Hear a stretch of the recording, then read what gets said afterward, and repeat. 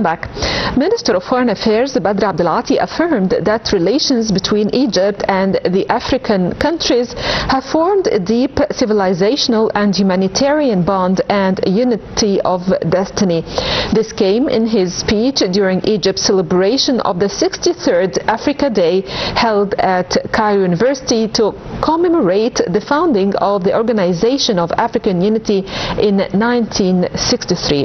To shed more light on this issue, we are delighted to be joined over the phone by Dr. Mohamed Ezaby, Professor of International Relations. Good evening, Doctor. Good evening to you. Thank you for joining us on Nile TV International. So we saw a joint ceremony by Foreign Ministry and the Ministry of Higher Education, plus a recorded presidential speech and an EU Commission address. How significant is this multi-layered, almost virtual presidential presence for Africa Day messaging? Well, the significance is quite substantial because it reflects how Egypt is institutionalizing its African policy beyond the symbolic diplomacy. The joint ceremony involving both the Foreign Ministry and the Higher Education Ministry indicates that Cairo views African engagement as a cross-government strategic priority rather than merely a diplomatic occasion. The recorded presidential speech also carries political weight, even though the president was not physically present. The message itself signals the continuity of commitment toward Africa at the highest level of the Egyptian state. And diplomatic practice, a presidential address during Africa Day reinforces legitimacy and strategic direction for all ministries involved in African cooperation. In addition, the participation of the African Union Commission gives the event continental legitimacy, not just national symbolism. Egypt appears keen to present itself as an active stakeholder inside the African institutional framework, particularly in areas such as development, education, infrastructure, and peace building. So the virtual aspect shouldn't be interpreted as reduced importance. Rather, it reflects modern diplomatic communication where political messaging, institutional coordination, and continental branding are combined into one strategic platform. So, Doctor, how do you assess Egyptian-African relations in the 63rd Africa Day anniversary? Well, we can say that it is actually both, and the two dimensions are not mutually exclusive. Academic cooperation today is not one of the most effective tools of strategic influence in Africa. The documentary on Egypt-African relations emphasizes the historical and political connectivity, while the Cairo University documentary focused on people-to-people engagement and educational ties. Together, they present a broader Egyptian narrative that long-term African partnership are built not only through security and economics, but also through human capital development. From a geopolitical perspective, Egypt certainly benefits from educational diplomacy. African graduates who study in Egypt often become future official academics, diplomats, or business leaders in their home countries. This naturally expands Egypt's regional influence and strengthens political network across the continent. However, reducing the policy to soft power cover would be inaccurate. Egypt has genuinely increased scholarships, training programs, medical cooperation, and technical exchanges with African states over the past decade. These progress create tangible developmental outcomes, particularly in sectors such as medicine, engineering, water management, agriculture, and Islamic studies. Therefore, academic cooperation is both a real development pillar and a strategic soft power instrument that supports Egypt's broader African presence. So can we achieve full self-reliance across the African continent, especially in the light of the current challenges facing the region?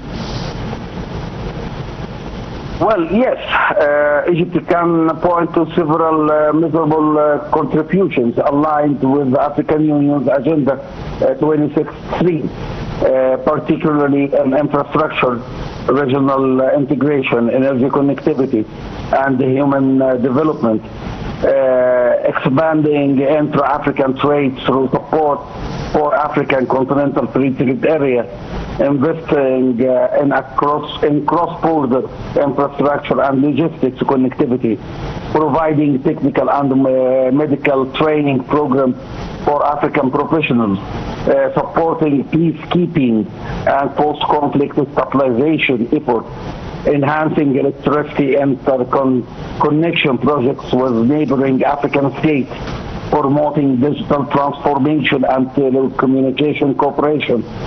Also, Egypt frames many of its African initiatives around Agenda 2063 themes, such as the African We Want, sustainable development, just empowerment, industrialization, and continental integration. Criticize are correct that Agenda 2063 sometimes appears overly ambitious or lacking implementation mechanisms. However, Egypt's approach is to focus on particular sector-specific contribution rather than purely rhetorical continental vision. In that theme, Cairo is attempting to position itself as a state that translates African strategic aspiration into executable projects. Yes, Doctor. So how can you describe Egypt's current role specifically in crisis-hit African nations? We can say that Egypt increasingly view itself as a strategic gateway between Africa and external power, including the Gulf states, Europe, China, and even ASEAN emerging economies. This rule is based on several comparative advantages: geographic location, control of Suez Canal corridor, advanced infrastructure, banking expansion, manufacturing capacity, and diplomatic connectivity with both Arab and African systems. Cairo's current strategy is not based on choosing between Africa and non-African power. Instead, Egypt seeks to become a central platform linking the two. For Gulf investors, Egypt can provide industrial access into African markets. For European partners, Egypt offers logistical and political connectivity to the continent. For China, Egypt serves as a strategic node within Belt and Road dynamic connecting Africa, the Mediterranean, and the Middle East. So Egypt increasingly presents itself as African state, an Arab regional power, and a Mediterranean economic and simultaneously the multi-dimensional identity and central to current Egyptian foreign policy. Yes, Doctor, two documentaries were screened during the ceremony. One was concerned with the relations between Egypt and Africa, and another on Cairo University's role with African students. That this is just the importance of educational aspect as a main pillar of its Egypt's African policy, and maybe a soft power covering for more or harder geopolitical goals? Well, sure. Education in Africa and the kind of connecting between Egypt and African countries in the field of higher education. It is very important to connect Egypt to African countries, especially that Egypt hosts thousands of African students annually across Al-Azhar University and many other institutions. And the specialized training center, Cairo University alone has a significant African student population, while Egyptian state scholarships have expanded through bilateral agreements and African Union framework. The broader objective appears to be capacity building for Africa rather than labor recruitment for Egypt. Most scholarship programs are designed around medical education, engineering, agriculture, public administration, diplomacy, and technical training. The expectation in many cases is that graduates return home carrying Egyptian educational and professional experience that strengthen bilateral ties in the future. At the same time, Egypt also gain indirectly a stronger diplomatic influence, wider economic network, culture connectivity, and future commercial partnership with African elites educated in Egypt. As for retention rates, Egypt is not currently pursuing a large-scale immigration strategy targeting African graduates compared to Europe or North America. The Egyptian model is more centered on educational exchange and regional influence than long-term labor absorption. So overall, the initiative should be viewed primarily as African capacity building with secondary strategic benefits for Egypt's regional influence and economy. So in your opinion, Doctor, what are Egypt's key diplomatic priorities across the African continent? Well, we saw now that Egypt is considered the biggest country in African continent. It is involved and play a role as a great mediator in any struggle in Africa. It plays a great role in the Horn of Africa. It is leading the African trade area and try to focus on trading between African countries. So by what happened between Egypt and African countries, especially when His Excellency President Abdel Fattah al-Sisi became a president of Egypt, he gave a great attention to the relations between Egypt and African countries, and now all African countries depends on Egypt in many projects, in many infrastructure projects, in the field of security and the war of terrorism in African countries. So Egypt play a great role now in Africa and have a great relations with all African countries. So, Doctor, how can Egypt boost exports to African markets? Well, we saw many infrastructure projects. We saw Cairo-Cape Town railway line. We saw the trading through Nile, the River Nile. Many ways facilitate the trading between Egypt and African countries. And now Egypt depends on the infrastructure project to facilitate the trading between Egypt and African countries, especially that African countries is not considered the poor countries like before.